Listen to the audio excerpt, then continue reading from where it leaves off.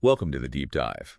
Today, we're digging into how to turn even a tiny balcony into, a really lovely green space. We've got this great guide, really practical, no jargon, just straightforward advice. And our mission is simple. Pull out the best tested tips to help you create a balcony you'll actually love spending time on.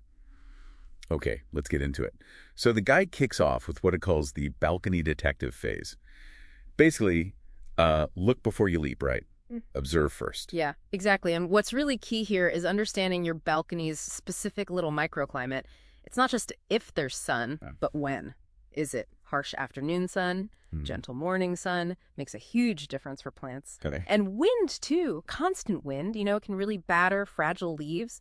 So you've got to check that out first. And it's not just about plant survival, is it? The source mentions using plants for, privacy or maybe framing a nice view. That's right. And this brings up something super important, often missed. The guide calls it the rules of the game. Okay, rules, like building rules.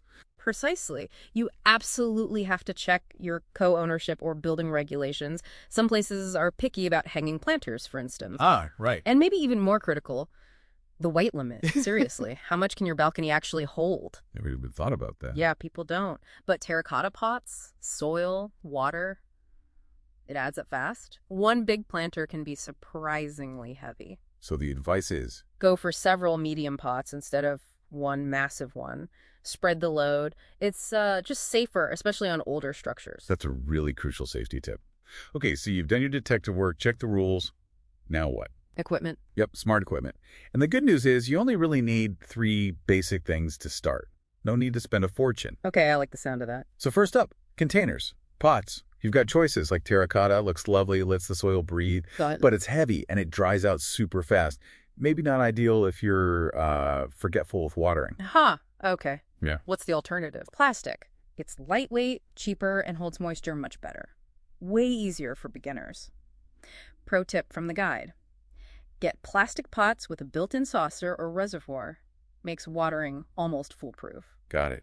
Plastic with a reservoir and soil. The guide was really specific here. Yes. Use proper potting mix for potted plants and planters. Never, ever use soil straight from the garden. Why not? It just compacts down like concrete in a pot. No air for the roots. Bad news. Potting mix has stuff like perlite mixed in to keep it light and airy. Okay, potting mix it is. And tools, you said just 2. That's it. A small trowel or shovel, for digging and planting, and a watering can. Just any watering can. Preferably one with a rose attachment, that sprinkler head thing. It gives a gentle shower, doesn't blast your seedlings away. Right, the shower head. Okay, so now we're equipped. Time for the fun part.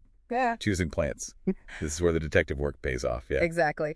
Now you match plants to your balcony's sun conditions. The guide gives some pretty foolproof options. Lay them on us. What works for sunny spots? Okay, sun lovers, geraniums, tough as nails, bloom for ages. Diplodenia is a beautiful climber. Lavender, for that south of France vibe, loves sun and drought. Ooh, lavender.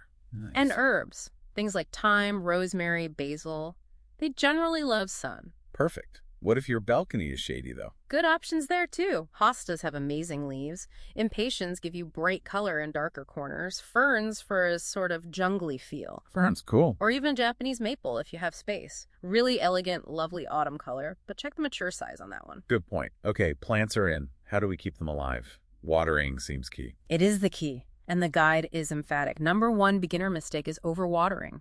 Drowning the poor thing. Right. So how do you know when to water? Simple rule. Only water when the soil feels dry. Use the finger test. Stick your finger in about an inch or 2. Okay. If it feels dry, water. If it feels damp, wait. And when you do water? Water thoroughly, until water runs out the bottom holes. But then, and this is crucial, empty the saucer after maybe 20-30 minutes.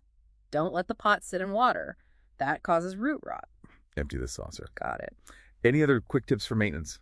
Yeah, just a couple of small things. Snip off dead flowers, deadheading. It encourages more blooms. Makes sense. And just, look at your plants regularly. Check for pests or problems early. That's half the battle. So hearing all this, it really does sound manageable. Creating your own little green spot doesn't have to be complicated.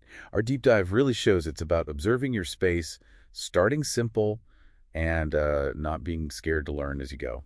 Absolutely. And honestly, the real joy is watching things grow. Gardening is always a learning curve, every season, every plant. It's part of the fun. So we've covered the basics, the rules, the plants, the watering. Beyond all that practical stuff, Think about this. What unique touch will you add to make your balcony feel like your personal oasis?